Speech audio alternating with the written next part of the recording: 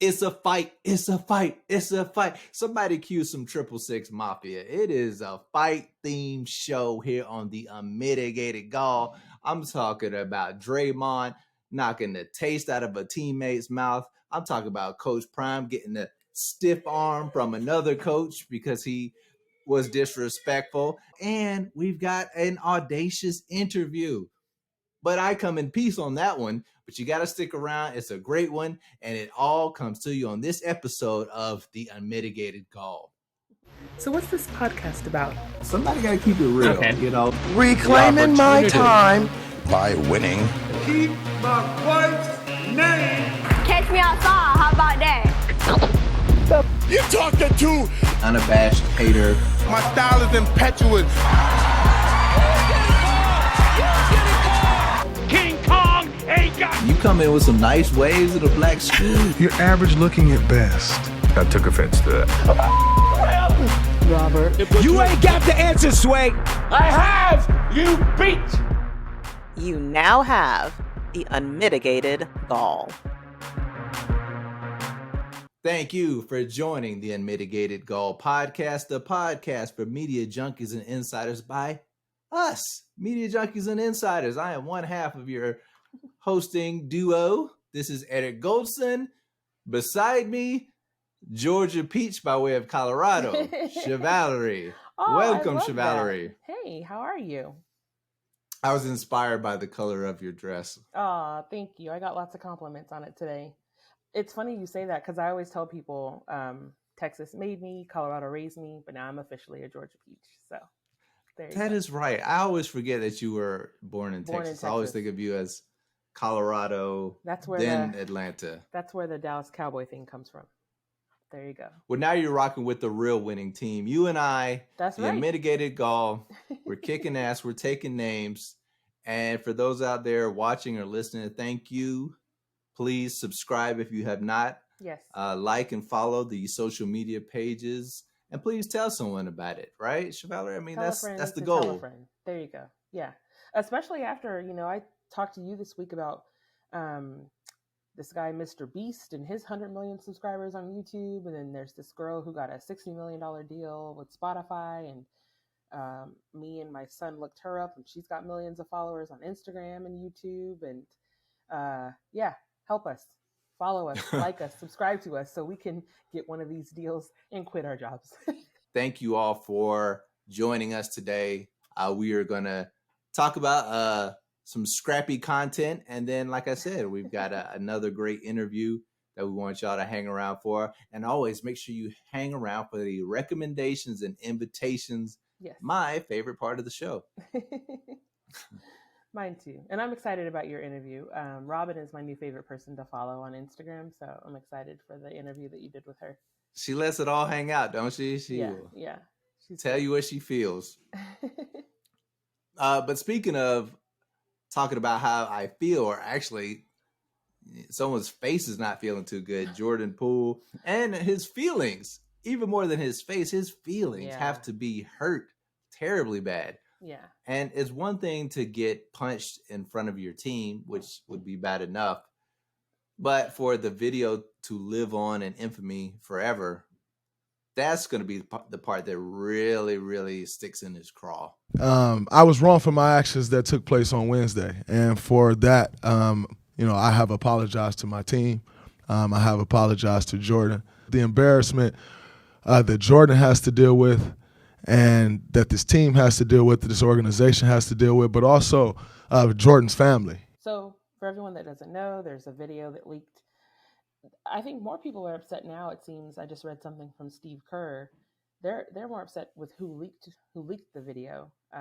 Well, maybe not more upset, but just as upset maybe as they are with Draymond. But for those who don't know, the Golden State Warriors, they were having a practice, and I've heard many different stories about what was said between the two. But apparently it ticked Draymond off. It doesn't take much to tick him off. We've seen him, sort of get in people's faces before. And he goes up to Jordan Poole, his teammate, and it sort of gets in his face, and Jordan pushes him, and then Draymond punches him, and it looks like, it's one of those, you got knocked the fuck out kind of punches. And Yeah. Great and yeah, punch. like you said, that tape will live on forever. I have seen a lot of back and forth about whether or not it was a sucker punch. Do you think it was I don't know if it was a sucker punch. Like a sucker punch, you don't see coming. Like I think Right. you had to I know mean, when I don't you think it push was a someone sucker like punch. Draymond Green, you have to know he's going to react. Right. I didn't think of it as a sucker punch as I didn't much either. as he got stole on, as we like to say. Yeah. But no, you got to protect yourself at all times, especially Protect your neck. when you push someone off you. Yeah. You got to the correct stance. Here it is, Valerie. You Okay. push and you square. You push and square. Okay. So let me try. he got the and good you push, square? but he didn't square. Am I doing it right? You push him off you to create Push. space, right? And then you get ready to throw. But he just pushed and then he looked away. So Yeah. I don't know. As boxers say, protect yourself at all times. And once Draymond got into his personal space, at that point, it's on him to protect himself, and he did not. So, but also, I don't know. Do you think that? I mean, again, we don't know what was said prior to the punch and the push or whatever. But that just seems like such an overreaction. Like, well, we don't know what was said. We don't know what was said, but it still feels like, it's like if I stab you, you shouldn't shoot me. Like it's not the same. But folks, prepare for some peak mansplaining here. Oh God, Mr. Valerie. If you try somebody, if you slap somebody, you can't dictate to them how they react. Now, you do have kind of like a range of possibility. True. And even in the law would probably allow for a certain amount of reaction, like a slap versus, shooting someone who slapped you. Mm-hmm. But in real world situations, if you want to live or protect yourself or not be hurt, you cannot dictate to someone how they react to your aggression. Mm-hmm. So that's mansplain number one. The other one is, you say it was an overreaction. The thing is, every group of men has an alpha, and Steph Curry is certainly the most talented person on that team, but I would contend that he is not the leader of that team. It's Draymond. I mean, when Draymond went down, when Draymond was kicked out of that finals versus the Cavaliers, that's what allowed the Cavaliers to come back and win, because he wasn't there to dictate, the paces of that game. And, Draymond, is the driving force behind the last win. I mean, he said, remember, he was like, I got to play better. And his mama was like, baby, you got to play better. And then he came back, he played better, and the Warriors went on to win. So, he's the alpha of that team. And when his authority is challenged, somebody got to get checked sometimes. Yeah, that's interesting. I don't think that I've ever looked at as Draymond as the leader of that team. He is. He's the vocal leader. He dictates tempo. To me.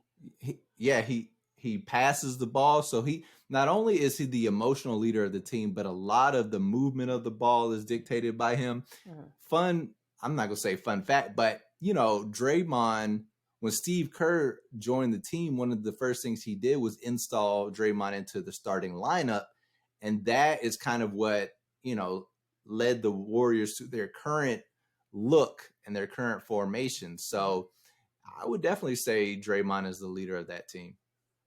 See, I maybe because they're always showing him and he gets the most headlines. I've just sort of always looked at Steph Curry as the leader. And in terms of like this last championship, isn't Jordan Poole now the third Splash Brother? No, he's an important scorer on this team. Yeah, I feel he's like important. he was more significant in this last finals that they won. Not downplaying what Draymond did, but for you to get the title as a third Splash Brother, that kind of puts you, I think, a little bit ahead of Draymond. I know he contributes a lot, but he's sort of turning into like a a Tristan Thompson. Like, you hear more about what he does Whoa, the outside of disrespect. I'm just saying, you hear more about what Tristan he does Thompson outside is of the game. When's the last time you heard Tristan Thompson and his contributions to the NBA? I can't even think of what team he's Tristan on Thompson. Not to turn this into a sports blog, but Tristan Thompson is a marginal role player. At his peak, he was a contributing role player, but he was never the driving force. But he was a spark at best.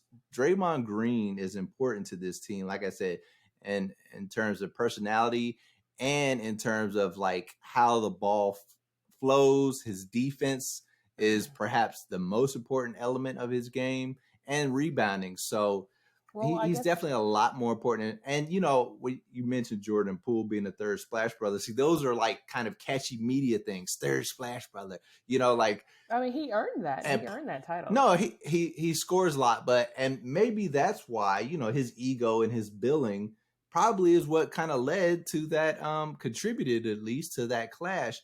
But you got to go with who brought you to the dance, and Draymond definitely brought that team to the dance.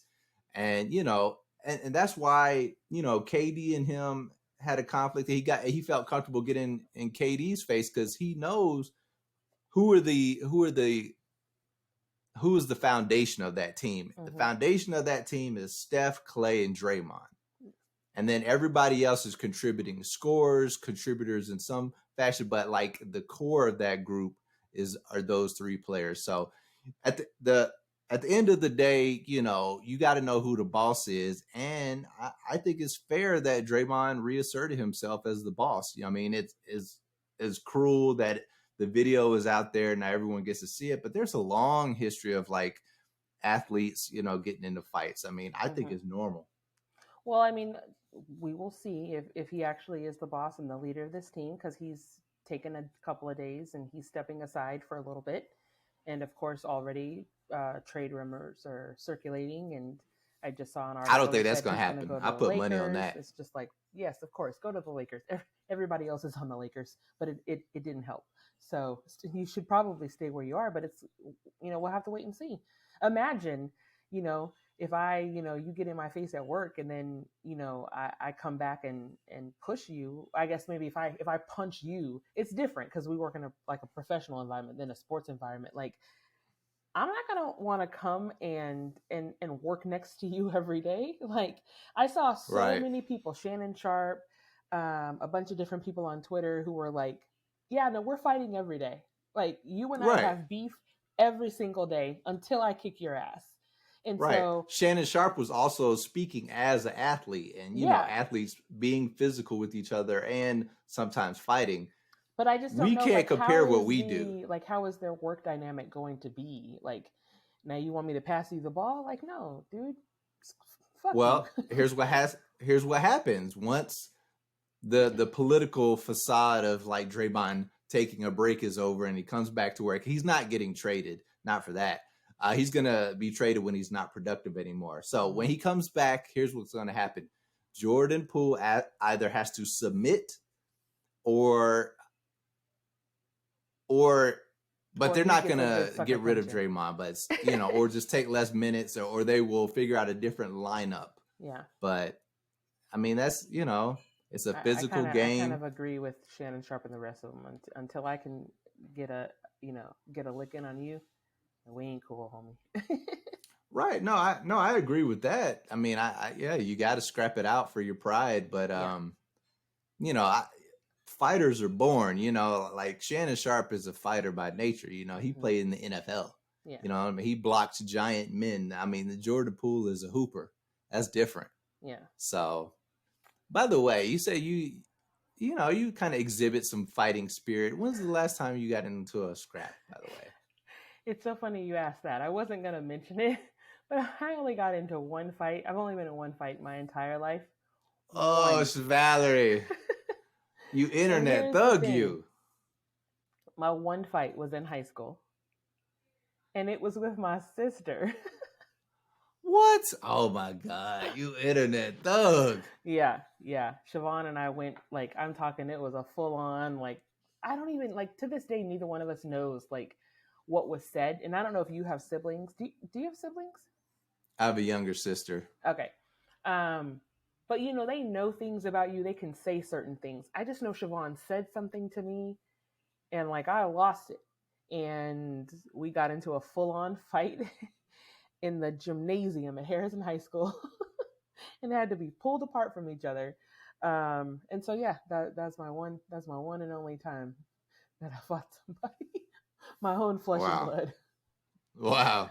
Yeah. So don't come for me. Because if I can fight her, I'll fight anybody. Well, that's one way to put out.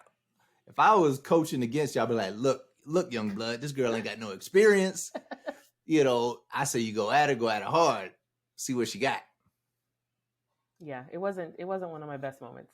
It's not one of my best moments. Fighting my own sister. Yeah. I mean, I've been in my I've been in my fair share. I don't know how many, but oh my gosh, I won more than I lost, but I've definitely lost a few. Oh. Huh? I was gonna say more than one? Yeah, I don't know how many I've been in. Oh Lord. See, my problem is, you know, I talk ish, so I have to be willing to back it up. Yeah. And I am. I wouldn't say that I'm just a fighter by nature, but I'm an antagonist. I mean, yeah. I've come to that realization. I just, you know, sometimes I can't leave well enough alone. I'm an instigator.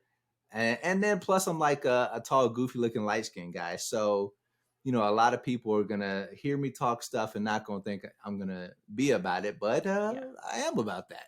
There you go. So, but I will say my last fight I lost.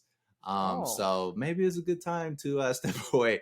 I was like in my early 20s. It was probably like 25. And I was fighting one of my friends. I was antagonizing him. I was sitting in the car seat in front of him and he was like, say that again. I was like, again. And he popped me in the back of the head. And we jumped out the car. And for some reason, I threw a kick at him. Like, who kicks? I'm not a Ninja Turtle. And the kick didn't land. And we threw some like punches that didn't really land. And then it was broken up. So we didn't really have a chance to get into it.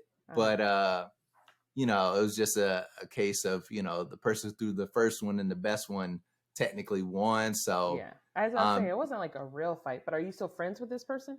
Because like I'm still cool with my sister. He was like a friend of a friend. You know what I mean? Oh, so okay. we're cool. You know what I mean? We understood that, you know, he had to stand his ground. I basically challenged him on his manhood, and he asserted his manhood. So you had to respect that. Yeah.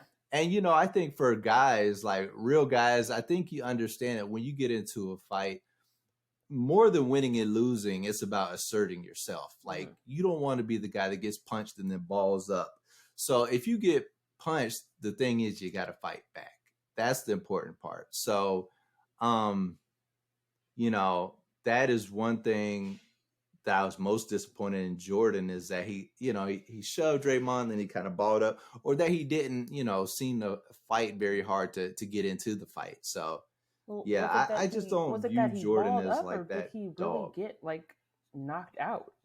Like he like falls to the ground. Like it looks like that punch. He landed that punch really well. Yeah, no, he definitely ate one. He got a 2-piece and a biscuit with that one. So, I mean, I don't know. Now, what about your boy Coach Prime? 26-12 is the final score. Oh, a little heated exchange there in midfield between Coach Prime and Coach Eddie Robinson Jr. I thought it was a lot of disrespect the whole week. And so in the post game, I'm not about to give you that Obama bro hug. I'm living on the shoulders of the swag. He ain't swag. Who is swag? If I ain't swag, who is swag? If I ain't swag. I mean, I think bottom line is good for the swag because it generates some publicity. It generates some interest. Like, I didn't realize that Eddie Robinson Jr. was such a decorated athlete himself until this happened. So that's good.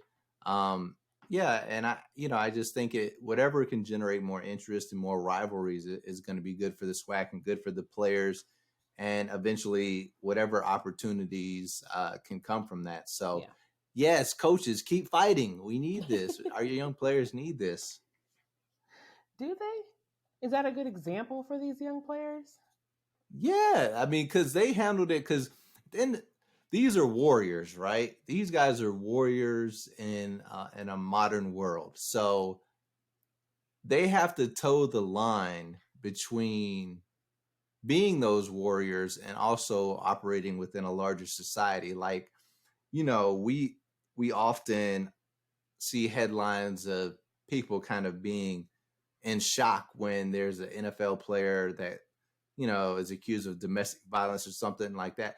I'm shocked that there's not more domestic violence. Like, these guys are trained fighters. These guys are programmed. They're hurting themselves. They're bashing their heads every day. I mean, these guys are trained fighters. So the ability for them to shut that off and on and have the awareness of what they should and should not be saying. I think calling, like, they're not fighters. They're football players. These are. What do you think? I didn't say, but they're warriors. These are gladiators. I think of football as like playing chess with gladiators. Like, the coaches go out there, put them in position and put them in plays and lineups and formations, and how you call these plays, the order that you do it in dictates whether you win or lose, but you're doing it with giant men who are very fast in a violent sport. Like, these are gladiators. These are men that, these are the guys that would fight your battles for you in a different age and time. Okay. I just don't know that it's a good, I'm always looking at things from a different perspective, as a woman, as a mother.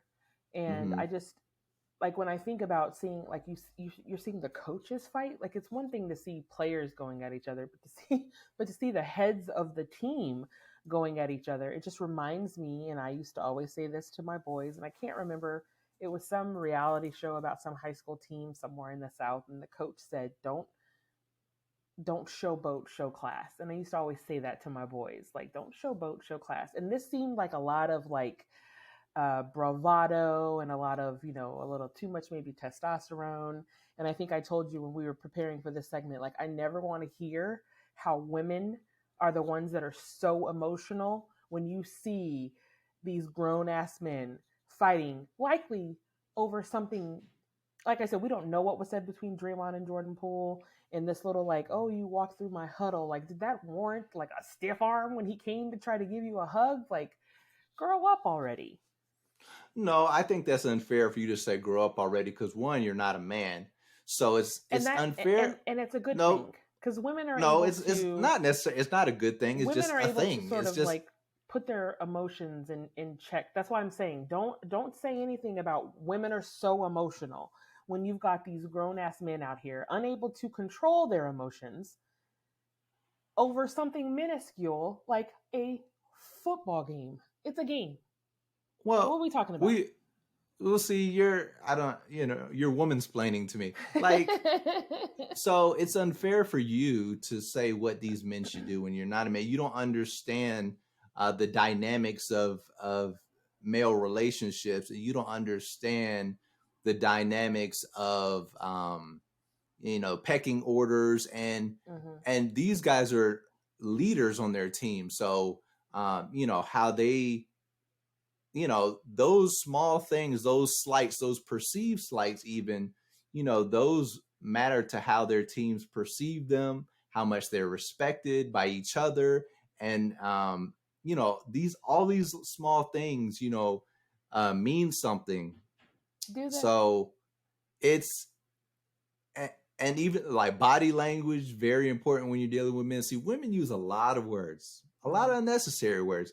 Men, it's very important with how you say things to another man, eye contact, your body positioning. So, it's a lot of, if you were to look at like a pack of wolves, like a lot of their communication is done through body language. So, I think it's unfair to say it's trivial, or especially when their job is about being physical. Like your career, your livelihood, your success. They coach. It's about being physical. These two people are no longer about being physical. They're the coaches. But they're right in the huddle. They're leading their team. You know what I mean? Like, they're the generals of their team. Your general should be someone who's seen war. I love all these words that you're using to literally describe people who play a game. You've called them gladiators, warriors, fighters, generals. These are people who get paid a shit ton of money to play a game. It's a game. It's, as some sports series called More Than a Game. It's more than a game. Like, these are people who are, there's money involved, there's careers, there's status, there's glory.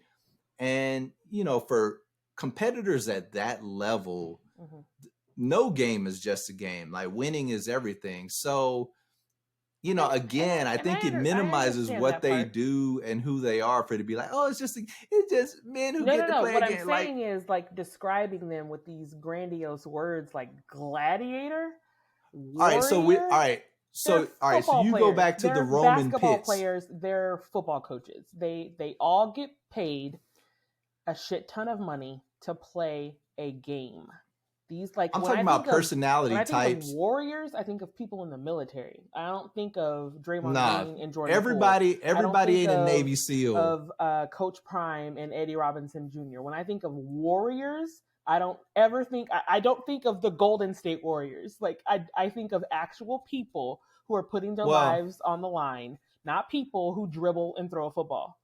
Well, and I guess there's more football players than basketball players, because football players are, like, participating in a very violent full contact sport. Yes, but basketball players are still very competitive people, and I don't think we could paint all military guys with some brush. Like, I got some boys in the military who have very little fight in their blood. So that's true. I'm not talking about everybody ain't a Navy SEAL in the on military. The front lines. I'm not talking about the people But orders. Anyway, being a man ain't all that you think it is, Valerie. And sometimes it's funny because women want a man that will protect them and protect the home. Saying that one.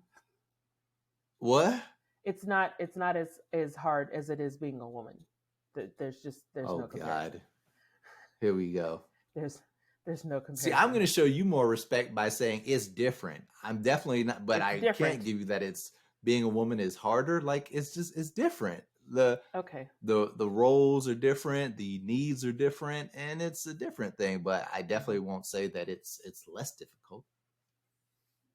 It is. Okay. You couldn't. Just like parenting is harder than being the CEO of a Fortune 500 You never company. let me live that one down. Because it's ridiculous. I'm going to have a growing list of ridiculous sayings. While charming, also ridiculous. All right. As soon Speaking as a man of charming, is able to go through, a year's worth of menstrual cycles, then we can talk. I mean, if men had to, they would. If men had to, they would. They wouldn't. They wouldn't. So you mean to tell me that just every woman, because they go through a menstrual cycle, is some exceptional creature? No, this is what's been happening for literally millions of years. Yeah, but what I'm saying is men would never be able to handle that. Every month and everything that comes with that? No. Childbirth? No. Menopause? Hell no. No. Can't do it. Your body is designed for it. What, you want, a cookie? I'm just saying. Don't tell me how, like, big and strong and that men are, and you don't go through half. You don't go through a third of what women go through. So no. So you and I are going to disagree on this one, like, for life. So the average woman is more special than Deion Sanders because she's endured a menstrual cycle for her. No. I'm just saying, no. That's not what I'm saying.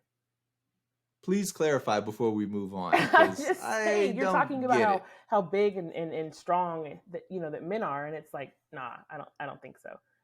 Physically, yes, absolutely. But you couldn't handle half, like I said, a third of what women go through. You just couldn't. Moving on to something less ridiculous. I think now is a good time to introduce our Audacious Interview, don't you think? I think so. Very nice segue. So let's get to it. Great to have a queen in front of me here, so now let's take a look at this interview that I did with another queen. So enjoy. Breaking news. It is time for the Unmitigated Gall's Audacious Interview. One-on-one with someone in the media who is making it happen. With me today, a true veteran in the TV news business with more than 20 years in the game, an Emmy-winning producer, look over her shoulder, who has covered everything from celebrities to natural disasters to Amber Heard, another natural disaster. And she still sometimes finds the time to come home and cook a masterpiece. Crossing the color line, my first white guest on the Unmitigated Gall, Robynn Love. Robynn, thanks for being on the show. I like being a first white person somewhere. I know. I feel like you'd be comfortable with it. That's You rare. don't mind being like a pioneer. That's very rare. I'll take it. And we're in Atlanta. So, I mean, I'm sure you're not, unfamiliar with being like the only white person in the room sometimes. Hey, I prefer it. So we'll take it. Oh, okay. We'll get back. Put a pin in that. Circle We'll back. get back to that. So we're going to have a lot of fun. We're going to talk about your career. I'm going to talk about pop culture, one of the things I love to talk about. And of course, we're going to talk about LA versus Atlanta. We're going to talk about these things. But first, I want to talk about that Emmy over your shoulder. When did you get that Emmy? God, I got it. I was working in local news, and that was from breaking news coverage of a insane firestorm when I worked in San Diego. We were on the air, I think it was 4 or 5 days straight. Oh, wow. Yeah, massive wildfire. And I was part of the team that got to bring one of those beautiful babies home. It was very exciting. I slept with it like the first. And I felt like I knew it was some natural disaster coverage that got you that. That's why I worked that into the intro, especially you being from California. Yeah. Do you miss California? Like, I'm sure you don't miss the natural disasters, but you said that was San Diego. And what part of Cali are you from? I'm originally from Santa Barbara. So I know it's a rough life. I grew up, born and raised Santa Barbara on the beach. They say it's for the newlywed or the nearly dead because otherwise you can't afford it. And then I went to University of Oregon. Really? Why Oregon? They have an amazing journalism program, believe it or not. I did not know that. They had great program. I like the rain, believe it or not. And I have family up there, so I had always wanted to go. And that was my first choice and got in and went there. Ended up... Did the family get you the in-state tuition? No. That's the only reason I actually transferred out. I was kind of paying my way through school, and that out-of-state tuition was brutal. So transferred out of there back to California and went to Chico State, party school. Chico, not Chino. So not Chino Hills like the Ball brothers. No. Not rolling on the Grey Goose there. It was the Chico in way northern California, like past Sacramento, middle of nowhere. Tiny town. Oh, wow. Yeah. So you've basically seen every part of California. Yeah. I mean, I got my first job there. I was still in college. I was interning and they had an opening for their morning show. So I was producing the morning and news show and going to school and finishing off and graduated. Worked there. I worked there maybe 2 years. 2 years. Well, so that was your first TV gig. Actually, no, it wasn't. You had one before your internship? Mm-hmm, in high school. Whoa! Look at you. You're like the chosen one. You're like royal. You're like TV news royalty. No, just not at all. Bred like a Targaryen. Not at all. For TV news. I don't watch Game of Thrones, so that's lost on me. But I know that's a whole other story. But the town I grew up in had a very small TV station, and I've always wanted to be in news. I mean, literally since I was a child. I didn't watch cartoons. I watched the news. I made up my own newscasts as a child. I had my own sign-off, everything that I recorded. And so... Do you still have those tapes? No. Oh, you're lying. You no, have them somewhere. They were on cassette. Like I did like a little. They still exist. I honestly, it's been so long, I don't know where they would possibly be. I can't imagine. Sidebar, I love it when we're in the newsroom and we're talking to like a writer or a copywriter who like was a reporter in a local station. Every time I ask for the tape, no one ever has it. I know. You know? It's just mysterious. Funny. Vanishes. Yeah, it's just, oh, sorry, I couldn't find it. I don't know what you're talking Now, about. all right, so that was the early days. What would you say is been your favorite TV gig so far? Of course, your present gig notwithstanding. I would say probably LA, producing in LA. That was so insane and intense and pressure and just competition was insane. And I had the best time. I mean, we had chases all the time. I miss a good chase. Behind the Emmys. Yeah, what's up with LA and car chases? It's because that traffic drives you crazy. So hold on. So what show was that? A morning show you were working on at that time, or like in LA? What part of the day was it? No, I did the 5 o'clock. Oh, so traffic, a little shooting here and there. Always a shooting. Probably a little celeb stuff at the end of the show, right in the back half. Yep. Yeah, and we always, because I worked on the CBS lot, so I mean there were always celebrities everywhere. Like I would look out the window and Parks and Rec shot on the stage across from us, Entertainment Tonight shot. So you would like walk off down to the commissary. You would see people in the commissary all the time. It was really, really fun. Did you meet any celebrities? Yes, of course. Who was your favorite celebrity? Oh, God. I will say I was shocked at my desk one day. Marlon Wayans came up behind me and put his arms around me and gave me a huge kiss, and I almost died. So that would not fly in 2020. No, it would not. That would not work. So that surprised me. A coworker is currently married to David Arquette, and there was a chase, and we were all watching at my desk, and he was in to visit her, and he came by and was like staring at my desk going, "Oh my God." And I turned around and I was like, "It's David Arquette." Okay. Wow. Yeah. What about the Parks and Rec people? You said they were like right across the lot. Yeah, right across. You would see Amy Poehler. She drove a Mercedes station wagon. She parked right there. Rashida Jones. Station wagon. Oh. Station wagon. Rashida Jones and her Prius. I remember I was sitting, we had like an editorial meeting in our conference room, overlooked the windows and the parking area for Parks and Rec. CeeLo was, I guess, coming to guest star or something.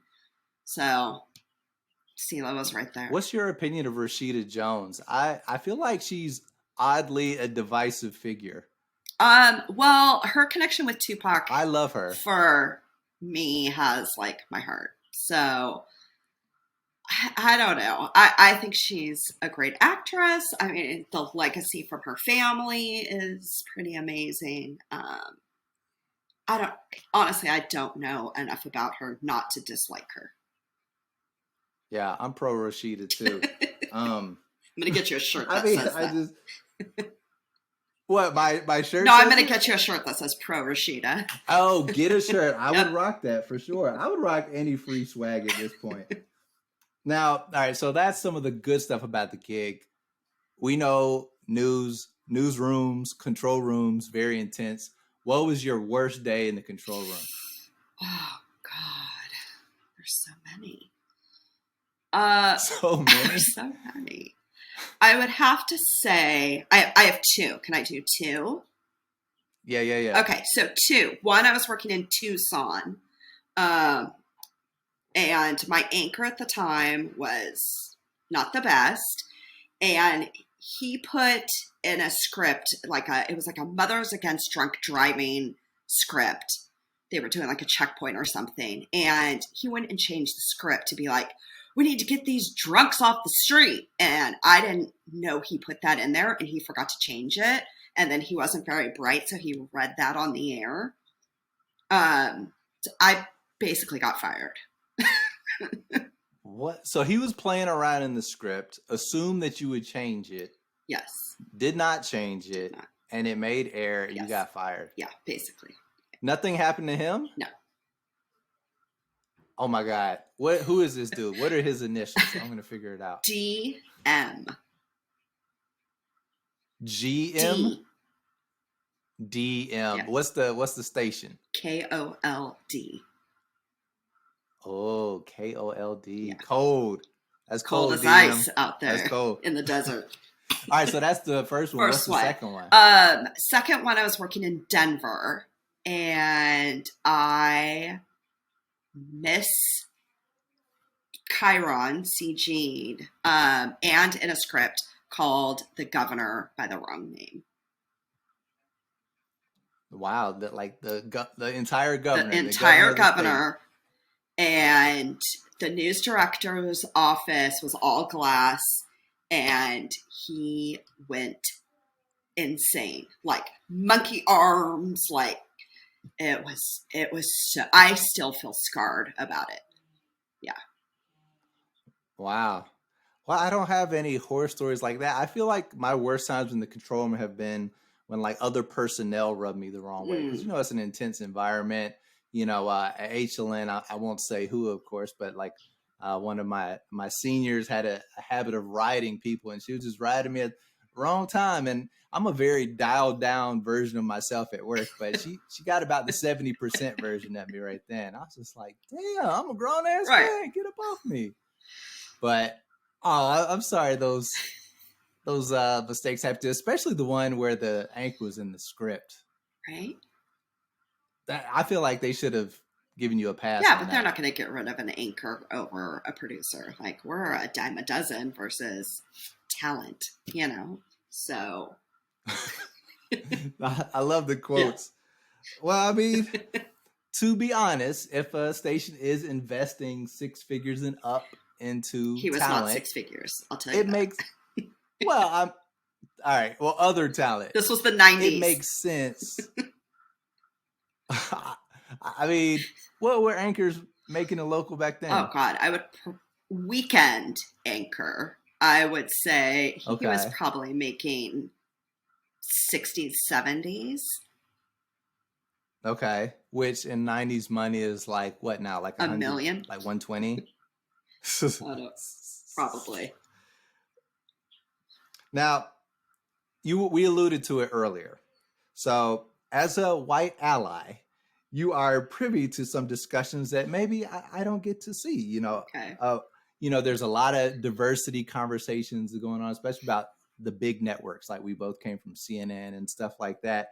Have you ever kind of happened in on a conversation that you wasn't quite so pro diversity, and just where do you think we are with diversity in the business? Oh, we're terrible.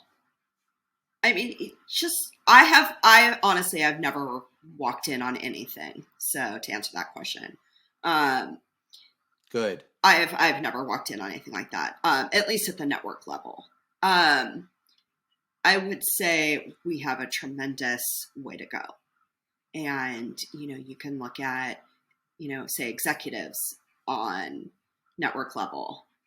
It's a whole lot of white people. It's a whole lot of white men. And, you'll see, say, for example, like ABC News has, a Black female president.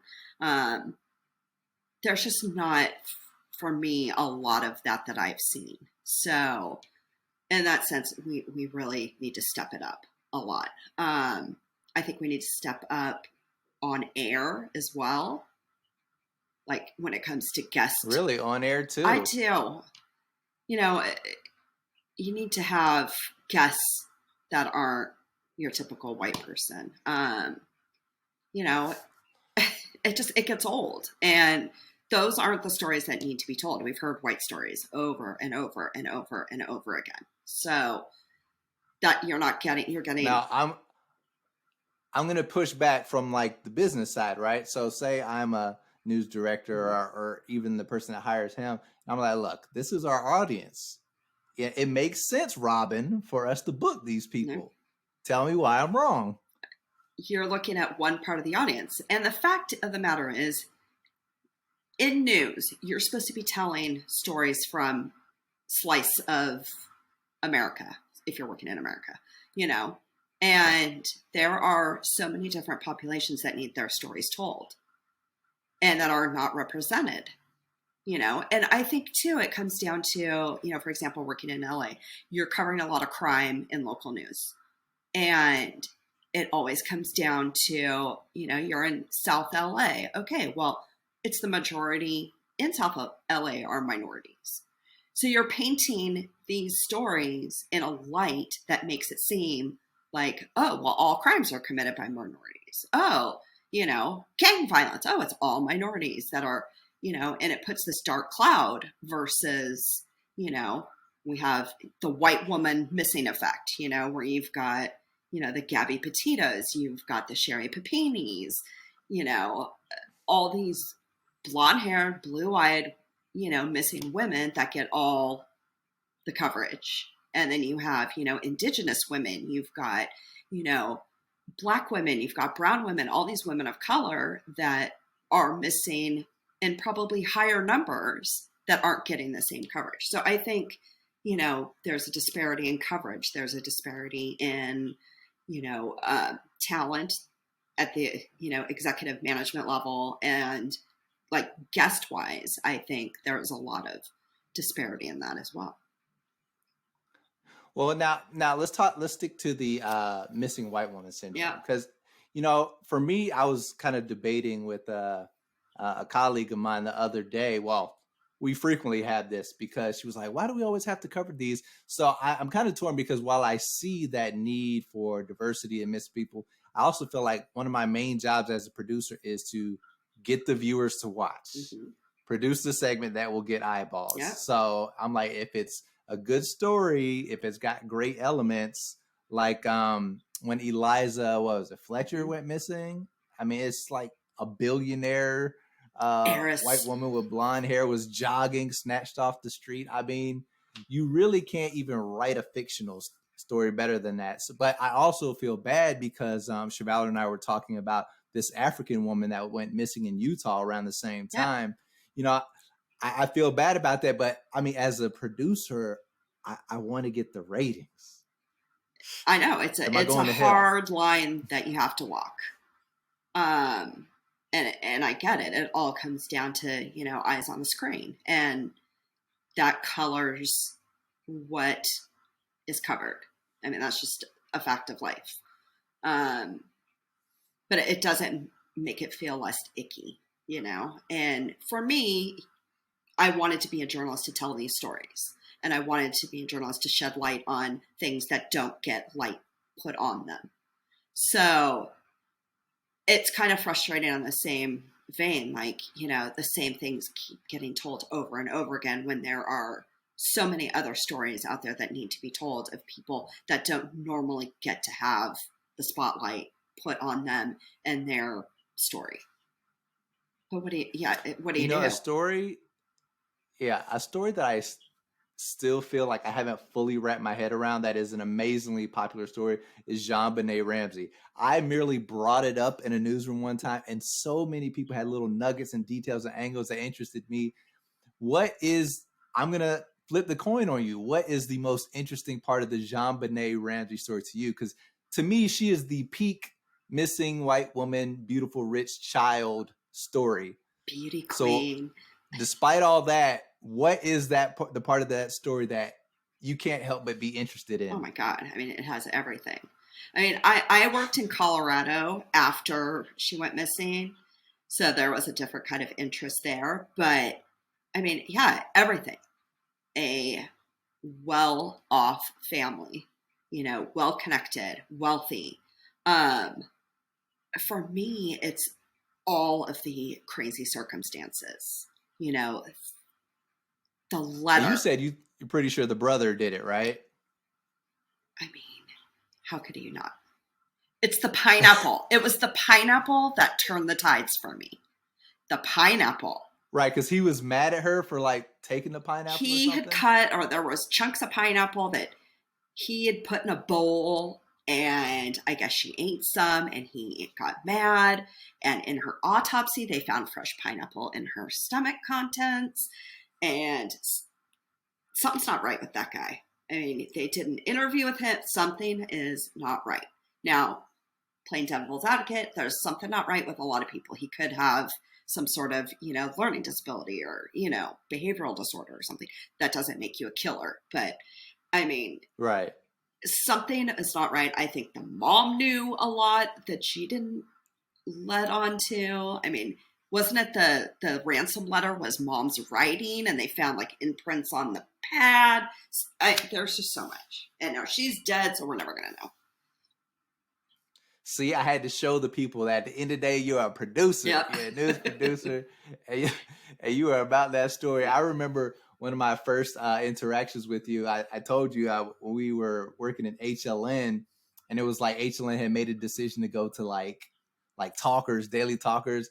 And you were sending out those one-word subject headlines like OMG, must do this. Yeah. And like no other information. So I felt compelled to click on it. But after like the 15th one, I was like, okay, Robyn, stop spamming us. Yeah, but they were always good You stories. love news. They were, but we couldn't cover them all. There's elements, and then such a wild time. But I was like, okay, this lady loves the news. I love the news. Now, a second ago, you mentioned we were talking about JonBenet and the mama. So that made me think, mother, you, I hope you don't mind me saying you are a mother. I am. Tell me how that has affected your career. I wouldn't say it is affected. It is influenced. Definitely, I see things through a different lens than I did prior to becoming a mom. I am a crazy paranoid news mom. So, I make sure, that I've got eyes on my child at all times, even though they're now 16 years old. So, okay. Yeah, I think it just gives me a different perspective. Like, for example, today, the story about that family in Central California that was found dead. Normally, I'm pretty hardened at this point to these type of things. I'm able to kind of file it away in the back of my head and move on. This story affected me all day today. I mean, I'm not ashamed to admit I cried in the car on the way to work today, just,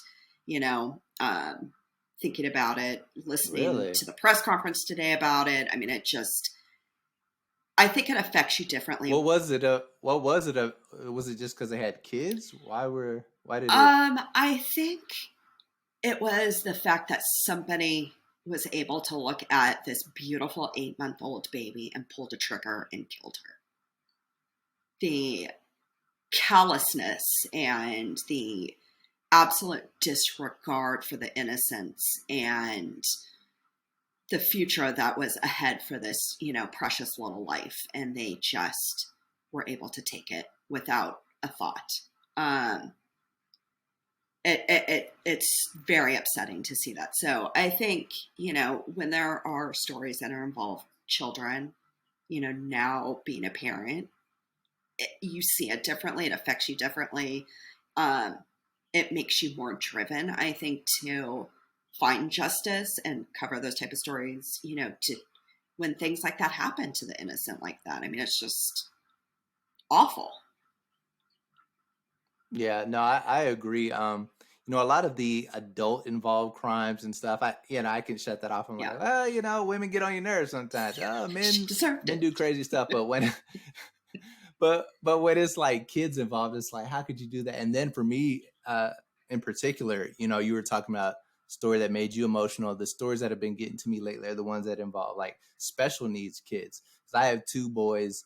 My youngest son has special needs. So when you the type of demands and stressors, but then I think that's still your child, that's still your blood. Yeah. So for you to take, do that to your children, it kind of, I actually just shut it off. I just try not to talk about it at all and just do the work. Yeah. So But yeah, it can definitely get grisly for you. Sure. So for sure.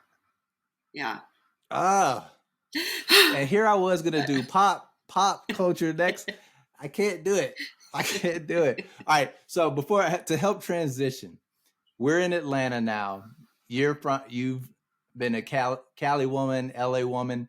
What's better, Cali or LA, Atlanta? I mean, I always have to say California because that's my heart. That's where I'm from. I'm ride or But you die. like the rain. It doesn't matter. I am through and through California. You can hear in my voice. I sound like a Valley girl. I still have an 818 phone number. I will never be a 404 or a 678 or whatever they are here now. No, I am California. Yeah, I think it's like a 470 or something crazy. I don't know. I don't mess with that. So I am always California. California is, I mean, my entire family except one person is in California. So no, California, hands down, no question. All right. Well, since you are a Cali till I die woman, let's, celeb central. Let's do some pop culture headlines. Right. You're a fast writer. Is one thing that's always impressed me about you. So I'm going to give you the headline, and you give me the saucy Robynn Love version, what it should say.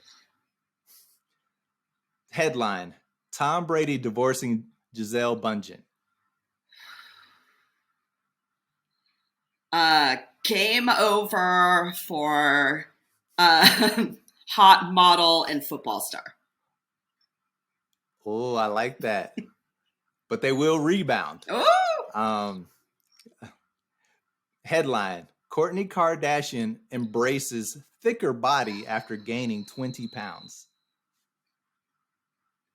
That hurts my soul. I'm sure she's still fine. I just have a whole problem with that whole entire story. Anyway. I would, oh God. This bitch calls herself thicker after being underweight in the first place. I'm sorry, but 115 pounds is not considered thick. Oh, that's what she is. She now? is 115 pounds now, and she's embracing her curvier side. Girl, please. Oh wow. Girl, please. There's the headline right there. That's the headline. That's the headline. Girl, please. All right. Headline: Princess Kate heckled in Ireland. Oh. Princess handed. Oh God, I'm not up on the royals. Princess back talk on the streets of Northern Ireland. I don't know. Probably politely invited to a fight. All right. Headline: one of my favorite headline makers, Jada Pinkett Smith, to publish memoir about her marriage to Will Smith. Her unconventional marriage to Will Smith. God, what was the... Jada Pinkett Smith peels back the curtain on her entanglement. Oh, that word, she will never escape that word ever for the rest of her life. Ever. Will never escape the slap. No. She will never escape the word entanglement. She should just call the book Entanglement. I mean, the end. I would have bought it. Her husband, headline: Will Smith releases trailer to slave movie Emancipation. Will Smith's first movie after Oscar slap. Will he get a box office beatdown? Oh, do you think he will? I kind of think he will. Oh, for sure. It's coming out. I know it's an Apple Plus movie, but it's headed to theaters in December, I believe. Yeah, and I think it starts streaming right after. Not only does it, I think people are still kind of over Will Smith at this point. I saw the trailer, and why does Will Smith, whenever he does serious roles, he always kind of has this weird 5-year-old trying not to cry look on his face. It's always like, I don't know. I just like, no matter if it's not funny, he has that I'm trying not to cry look on his face. He did it in that movie about happiness and King Richard, whatever movie all of them. He always has I just have a hard time. Yeah, give me that. I have a hard time believing Will Smith is a slave, but that's just me. Exactly. Not believable. He's the Fresh Prince, and that's the end of it. I mean, I'm sure that there were friendly, charismatic slaves too. I mean, I feel like this conversation could go left real quick. But... I mean, but this is a very serious, based on a true story, and the story is amazing. The person that it's written after has an unbelievable story and changed the way the world looked at slavery. He was the first person that had the images of his back shown from almost dying. Yes. Oh. And Will Smith is playing this the guy to play that guy. Like, come on. This is bad casting. Yeah. But I feel like if you're a casting director and Will Smith and who's the CEO of his own media machine says, look, I really want to play this character in this movie, which I'm sure has happened many times when you were like, how did Will Smith, end up being the lead in this movie? I'm sure that's what he said. He was like, look, I really love this movie. I want to play it. What can you say to that, Robyn? You're like, great, Mr. Smith. Yeah. We're happy to have you. I mean, I want to be Kourtney Kardashian thick, but here we are. I mean, it's just not every role is meant to be for you. So I don't know. I remember you said that. Yeah. All right. Last headline. Herschel Walker claims not to know woman who he paid to have abortion. I can't.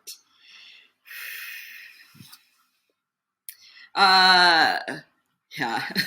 Put my news face on.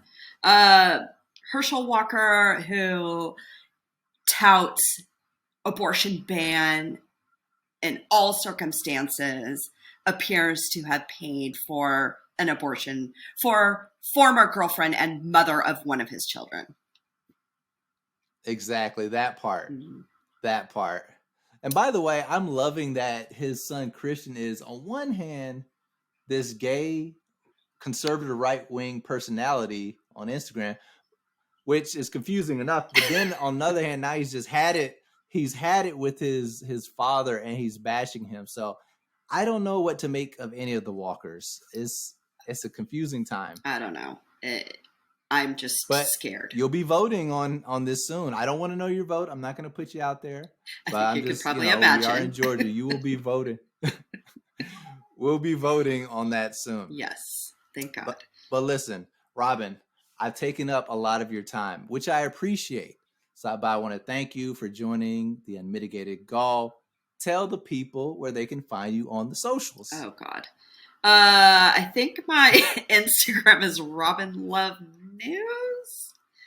I'm not very good on the socials. Are you a TikToker? No, I've never done a TikTok in my life. Well, anyway, Robyn, again, thank you. I appreciate it. I know you didn't know what I was going to say or do, but thank you for trusting me. I was scared. Happy to be your first white person. Yes. Robynn Love, breaking the color line on the Unmitigated Gall. Always. Robyn, thank you for joining us. Thank you. Valerie, what'd you think? Robyn, great to have her on the show, right? Yeah. Robyn's she's done so much in her career.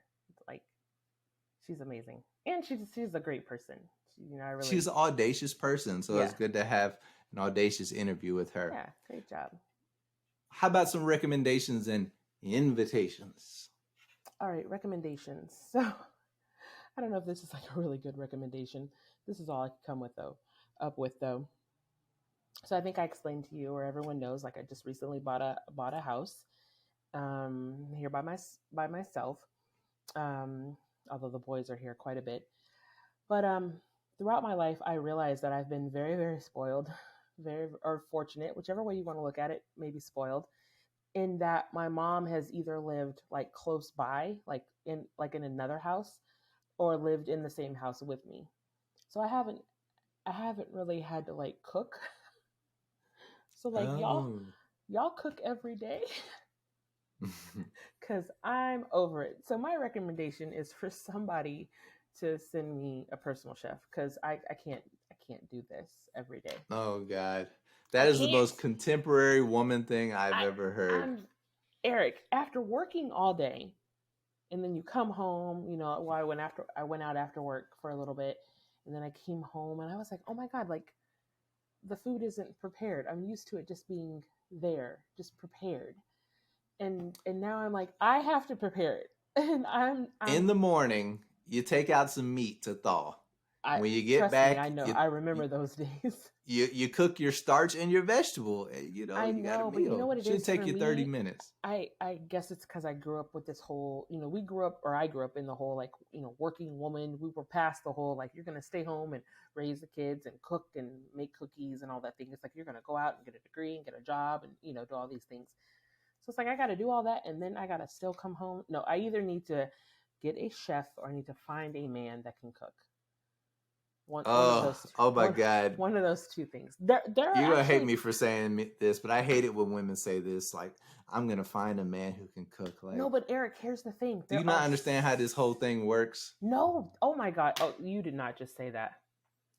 I'm sorry. The likelihood of you finding a man that's a chef, one, and then checks the other boxes that you invariably have to be checked. I don't have slim that to many none. Boxes. There are only a couple. Oh, I know you well enough to know you got some boxes. There's a couple of boxes, but You've got at least 3 boxes that I can think of right away. What are those? He's got to be black. He's got to be. You have to be attracted to him.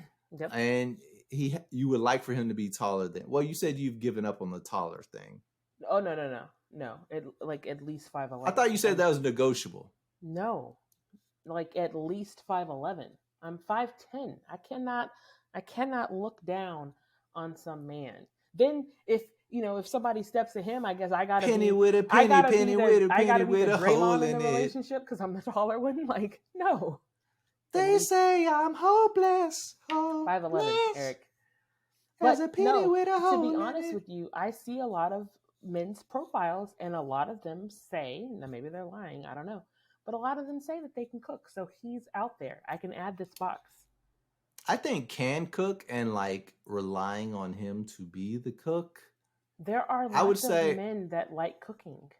I would say I probably cook just as much or maybe a little more than the average guy. I probably cook, you cook more maybe than your wife? No, I'd say it's about even. So I probably cook about 2 or 3 meals a day. A couple times, 2 or 3 times we're, eating takeout. Of course, as most men, I prefer cooking the breakfast. But not breakfast. No, I mean, even I can make cook breakfast. dinner. I can't. I'm saying I cook dinner too. But what I'm saying is, at best, Chevalier, you should be hoping for a guy that cooks maybe twice a week. Oh, no. It's got to be more than that. I can't do this every day. Actually, I can. I think what I'm going to have to do is like meal prep. Like, I can't come home and every day start fresh with a brand new meal. Like, that's not happening. Yeah, why don't you cook one day, make enough for leftovers, then you're basically cooking 3 days a week at the most, and then you're eating out. You're probably eating out twice a week. So really, you just need to cook maybe like 2.5 times a week and then have enough for leftovers. Bam, I just solved your life, girl. Or we go with plan A, and I find someone to do all of that for me. Anyway, that's my recommendation. Hopeless as a penny with a hole in it.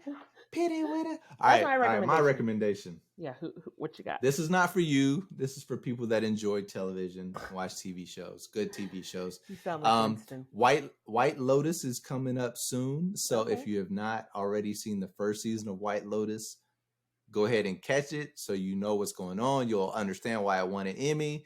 And that way you'll be fully prepared and excited for the next season of White Lotus, which is coming soon in this month. So, but yeah, it's a great show. I'm excited that it's coming back. I know that you have not watched House of the Dragon yet. I'm not even going to bring that up. We're just going to look past that. But that is another HBO show that is also getting very good at this point. So I'm recommending, if you're not up on these HBO shows, get on it. Huh? Of what? White Lotus. What is it about? White Lotus is the name of a Hawaiian resort, a beautiful resort in Hawaii And people go to these people from all walks of life go to and just lose themselves in vacation. But these are people who have their own problems and they bring them with them on these vacations. And it all plays out in various messy dramas. And it's just, it's perfect. Oh, so is it like a new episode every? No, I mean, it's obviously a new episode every week, but new people every week.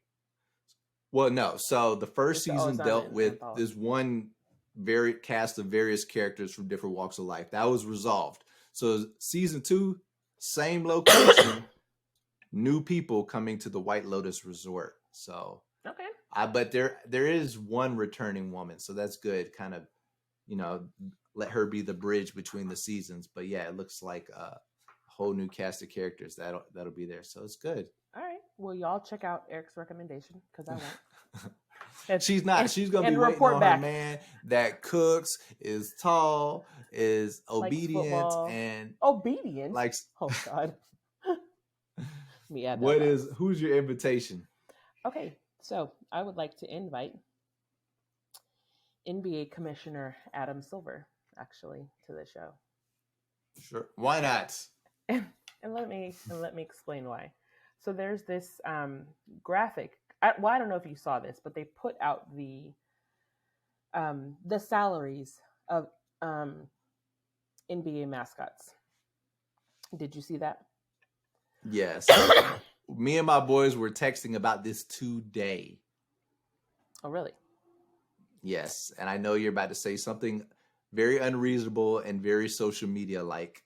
So I'm waiting. Really? Okay. Mm-hmm. Well, there's this graphic going around. And I was very excited because actually my team's mascot is number 1 in this category. Rocky, the mascot for the Denver Nuggets. Big ups. $625,000 a year. Big ups. Harry the Hawk is number 2. He makes $600,000. Those are my 2 teams. I cheer for the Nuggets, and when I'm not cheering for the Nuggets, I cheer for the Hawks. But the highest WNBA player makes $231,000 a year. And so I take serious issue with that. So I would like to talk to Adam Silver about why the mascot for a team. Now, granted, he has nothing to do with the salaries of the WNBA. So maybe I need to call the commissioner. I actually interviewed I don't think it's the same woman, but actually interviewed her once with Don Lemon. Interviewed the head of the commissioner of the WNBA. But I want to have a conversation because I need to understand why the mascots are making more money than actual WNBA players. So I want to ask. And when you Adam interviewed Silver, that commissioner, why are these mascots making so much money? Also, when you is there a position available? Because why am I going to work every day when I can just do 40 home games in an NBA arena and no one will even know it's me because I can just put on this outfit and I can make mid 6 figures? Sign me up. See what you did there. You totally minimize these mascots, and you also totally overlooked the whole supply. And have you been to an NBA game? Yeah. Does what they do warrant mid 6 figures? Allow me to retort. No. When you talked to that WNBA commissioner, did you talk to her about figures, revenue, profit margins, things like that? Because this is a business. Mm-hmm. These are entertainers. You know, another female entertainer that makes a lot more than that, who pays what she's worth? Nicki Minaj, Cardi B, people we just mentioned, Beyonce, people whose market warrants their paychecks. Mm-hmm. The market decides the paychecks. If you care this much about how much these NBA players, you and all of the women who believe as you do, go to more NBA games, buy season tickets, get front row tickets if you can. Mm-hmm. Because if you're just going on social media saying, "Oh, this is ridiculous. These mascots make more," you're not doing anything to help the bottom line. Whereas these mascots, they are mascots for a very popular sport, the NBA, a global game. And the 2 mascots that you mentioned, I don't know if they're worth that much, but if they're getting paid that much, they're not worth that much. When was the last time the Hawks or the Nuggets? If they demand that much money and someone pays them, if they demand that much money and someone pays them, that means they're worth it, because you know your employer is not paying you as much as you're worth. And that's anybody. That is anybody. On the fact that I have a vagina. Can you? Let's not act like. Can you run around and dunk a ball? Where there are women that are more dominant in their sports, the U.S. women's soccer team, Venus and Serena Williams, who had to fight for and to get more money. So your argument is mute, because the whole like, does the market support? Of course the market supports a lot of these female athletes, but they still had to go and fight. Venus Williams had to fight to get the same amount of money in Wimbledon as men. And nobody was checking for the men's Wimbledon winners or games when the Williams sisters were playing. Same thing with the men's soccer team, who hasn't won, and nobody was watching their games. Even that argument is flawed, because you just group together women's tennis and women's soccer. Yeah, but you just women's soccer is not as popular. Music. That's apples and oranges. Popular.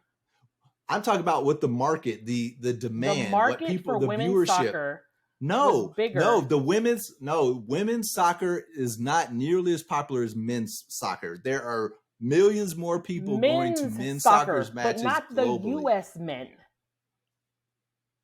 But they still play a man's game that has don't try to viewership. Put in a little asterisk at the end here. Oh, but they're still playing. No, nobody's checking. Are there women's soccer team? Nobody's are there checking women's for the men's professional soccer teams? Is there an MLS team for women? Is there an MLS team for women? You don't know, and there isn't, because the men's game is more important. It's not more important. It's more popular. Is it more popular? Is it more popular? Yes, but not the That's what matters. Men's. It absolutely matters. Because that's the market. Matters. It the market is matters. deciding. The market is not checking for the U.S. men's soccer team. All the other countries may be looking, maybe watching men's soccer, but not the U.S. men's soccer team. Name a U.S. men's soccer player. I'm not a fan of U.S. soccer, but you know what? We both work with people that are season ticket holders to the Atlanta United, a male soccer league. Mm-hmm. Men's soccer, the U.S. women's team is more competitive than the men's team, relatively speaking. You can't say it's more marketable because they're not making more money. That's just not true. If it was more marketable, the market share would be bigger. You know, people have to stop getting in their emotions about things that simple math will reveal. The numbers are there. Math don't lie. Like, if you're so upset about how much these women are getting paid, go to more games. That's the bottom line. I go to WNBA games. All right, I'm not talking about chivalry. Support the entire league and their salaries. I know you're making a good salary, but you can't support all these women by yourself. You can't convince me that a mascot, regardless of what team he is a part of, should be making more money.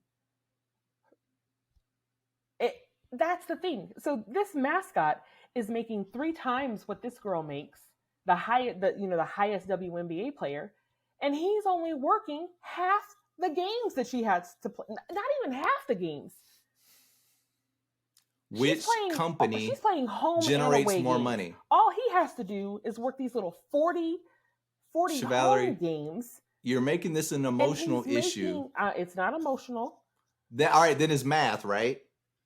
Which company brings in more money? I know the NBA brings in more money. Then that's the end of the argument. It's not the end of the argument. You're trying to attach. You're like a mascot versus this woman. A mascot? It could be a woman inside of the mascot. You're attempting to make this. You're attempting to make this a man versus woman argument when it's really just basic business. Supply, demand, market share. It's a mascot. It's literally who literally jumps through hoops literally for a living and is making more money than someone who is actually playing the game. I'm sorry. And the mascots you mentioned, those are athletic people. I still want to talk to Adam Silver about it. Those are athletic people. They are, they're working for their money. You know, they had to beat out a bunch of other people to be those mascots. Yes, but should they? I knew a guy that was on one of the Atlanta Hawks teams. Did you have any idea that a mascot was even making six figures? Let's just say $100,000. Did you think that there was any mascot that was making that much money? No, nobody thought that. I didn't. A mascot. I did not know 600,000, but it does not surprise me that a mascot is making that much. Mr. Freeze, the guy who runs at the Braves game, I hope that they're paying that dude well because he goes viral like every 2 weeks. Right. So it's about business, Valerie. I want to have a conversation with Adam Silver. So it makes it for a great meme, but in the real world, it does not hold water. You and all your friends disagree, but you're wrong. I said, I'm sure you and all your friends disagree, but you're wrong. There's no way a mascot should. My friends disagree with you. Economists disagree with you. Mathematicians disagree with you. Making more than an actual athlete. Every business professor disagrees with you. No. And every woman, the mascots and every woman who are working in front of crowds of over 5,000 people disagree with you. No. It ain't just me. You got to separate the emotion from the reality of the situation. I'm very emotional. Right. I don't have any invitations. I used up all my emotions. You don't want to invite anybody? I'm done. So join us next time. Funny. Whenever I describe the show to people and they're like, "Oh, what's the show about?" and I'm like, "Oh, it's me and my friend. We're talking." And I was like, "If he goes left, I go right. It doesn't matter what the topic's about." Hey, we agreed on Bad Boy. We agreed on Bad Boy for life. Bad Boy for life. There you go. Is that your Harlem Shake? What the hell is that? Okay, it's time to go, y'all. See ya.